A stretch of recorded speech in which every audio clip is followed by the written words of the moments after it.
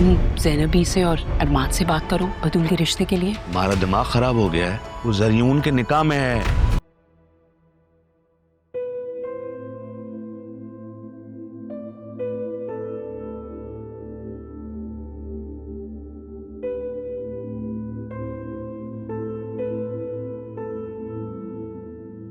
मैं तुमसे माफी मांगने आई हूँ Adil, I am sorry.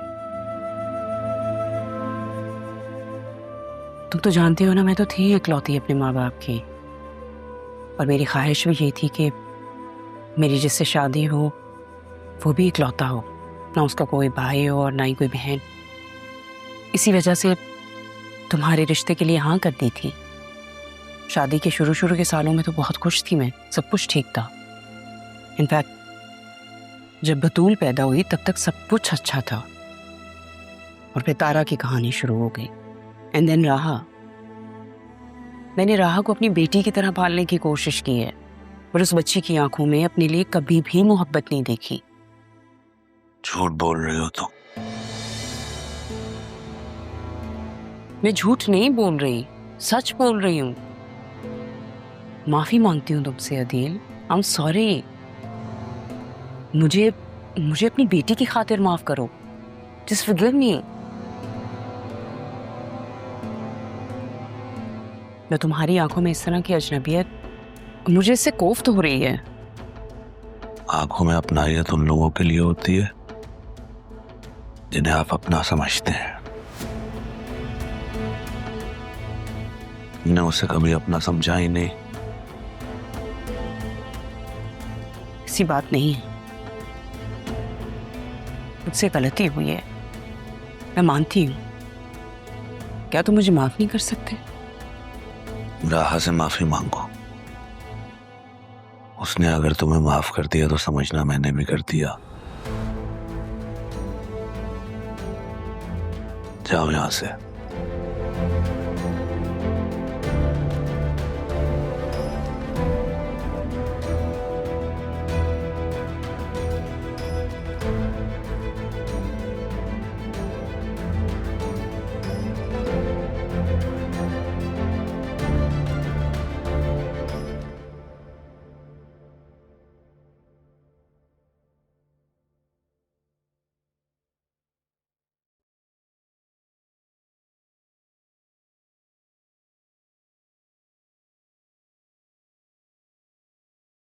Kabir, एक बात पूछूं? पूछो। जब तारा यहाँ से गई थी तो बिल्कुल ठीक थी। थोड़े से दिनों में ही ऐसा क्या हुआ कि उसका दिल ही बंद हो गया? क्यों? ये तुम क्यों जानना चाहती हो? वो तो तुम्हारी सौतन थी ना। कबीर, मैंने जो कुछ भी किया मैं उस पर बहुत शर्मिंदा हूँ। मेरी और खाला की गलती की सजा राहा और तारा ने सही है। मैं चाहती हूँ कि मैं थोड़ा खुमियाजा ही अदा कर सकूं। याद है मैंने नौकरी शुरू की थी। कैंटीन वाली। हाँ, सुपरवाइजर था। लेकिन मुझे नहीं पता कि सैफ साहब राहा के नाना है। माशाल्लाह बड़े अच्छे इंसान थे। लेकिन ना मैं उन्हें जानता था और ना वो मुझे तो बस उनके इंतकाल पर पता चला कि वो मेरे ससुर थे। और शायद वही तारा ने भी मुझे देख लिया। अचानक एक दिन वो ऑफिस आ गई, कहने लगी कि नौकरी छोड़नी पड़ेगी, राह की जिंदगी से मैं दूर चला जाऊं। और अपने कफारे की खातिर मैंने उसकी बात मान ली और नौकरी छोड़ दी।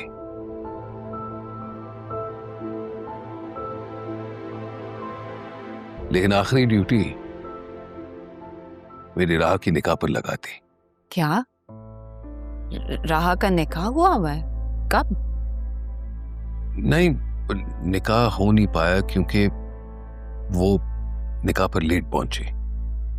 फिर वहां तमाशा लगा, उन दोनों को वहां से निकलना पड़ा। मैं उन्हें यहां ले आया और यहां से भी उन्हें जाना पड़ा।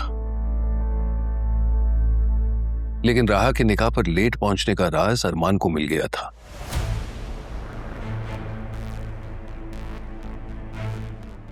वो जानता था असली वजह क्या है और वही बताने तारा के पास गया। कैसा राज? मुझे नहीं पता, लेकिन शायद वो राज सुनकर तारा का दिल बर्दाश्त नहीं कर पाया और वो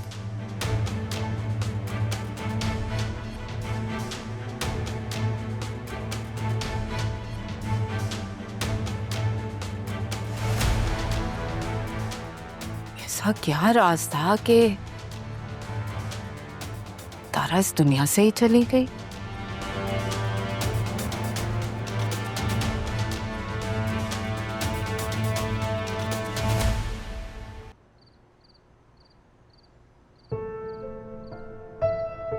आप यहाँ?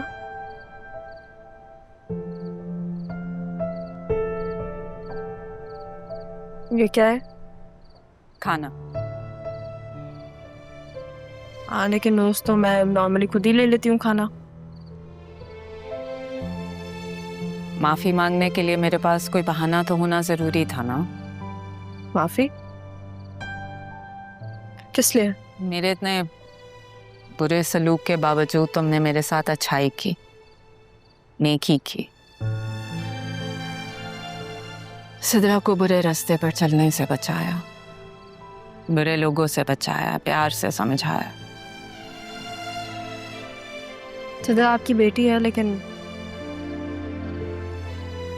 मेरा और उसका खून का रिश्ता है। बहन है वो मेरी। उसने कभी ऐसा नहीं समझा। क्योंकि आपने समझाया ही नहीं।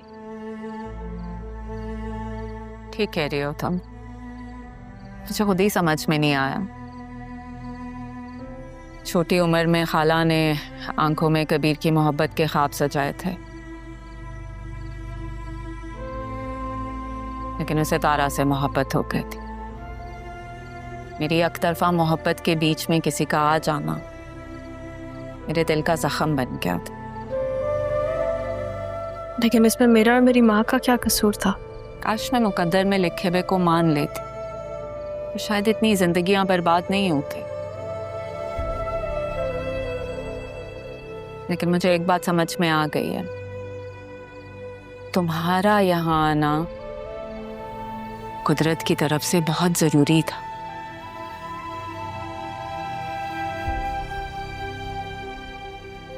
ताकि जिन रिश्तों और जज्बों को मैं उलझा बैठी थी, तुम्हारी वजह से वो सुलझ गए।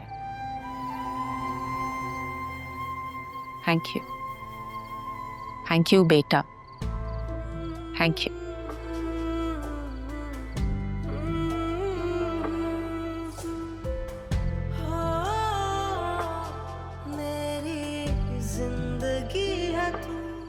खाना खाओ।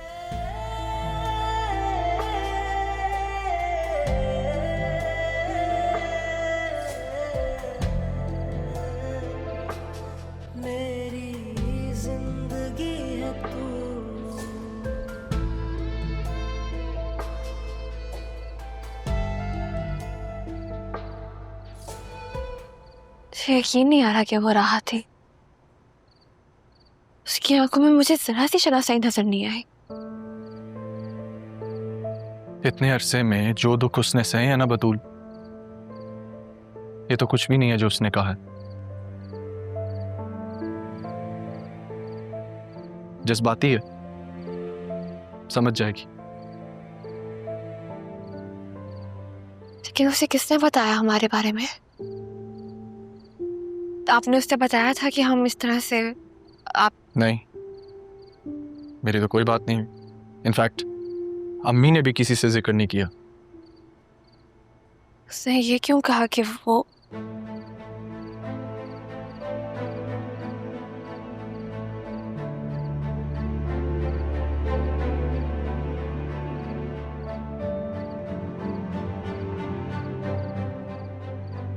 वो ये क्यों कह रही थी कि वो दादा जान की आखिरी ख्वाहिश पूरी करेगी?